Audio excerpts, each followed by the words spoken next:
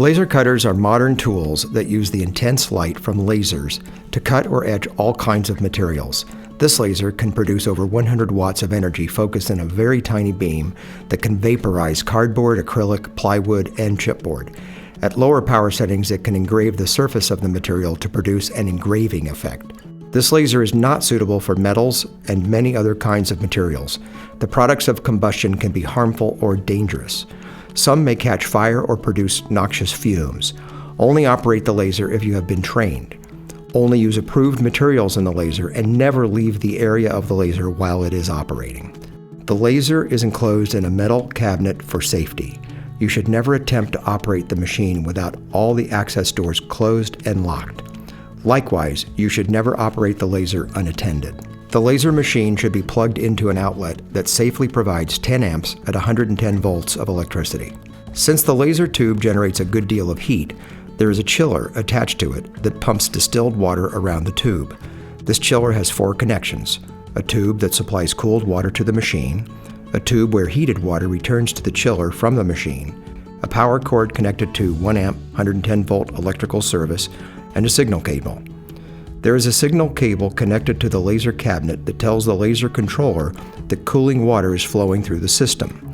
You will notice the temperature display on the front of the chiller. Normal operating temperature is 18 to 21 degrees Celsius. If the chiller stops working, the laser will not work. Before operating the laser for the first time, you must fill the chiller with 2 gallons of distilled water. Turn off the chiller when adding water. As the laser cuts or engraves the material, there is a great deal of heat generated that can start a fire. This is one reason why the machine should never be operated unattended.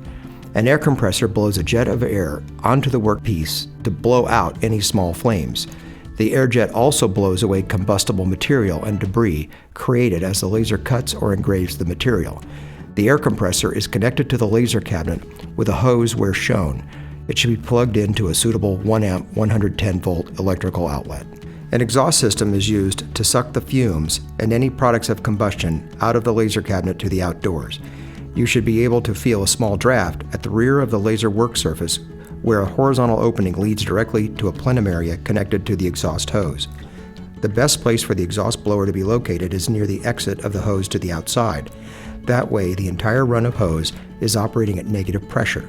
The electrical specifications for the exhaust blower you choose will be provided by its manufacturer. The best way to turn the laser, chiller, compressor, and exhaust blower on and off is with a single switch. Never operate the laser if the exhaust, chiller, or air compressor are not in working order.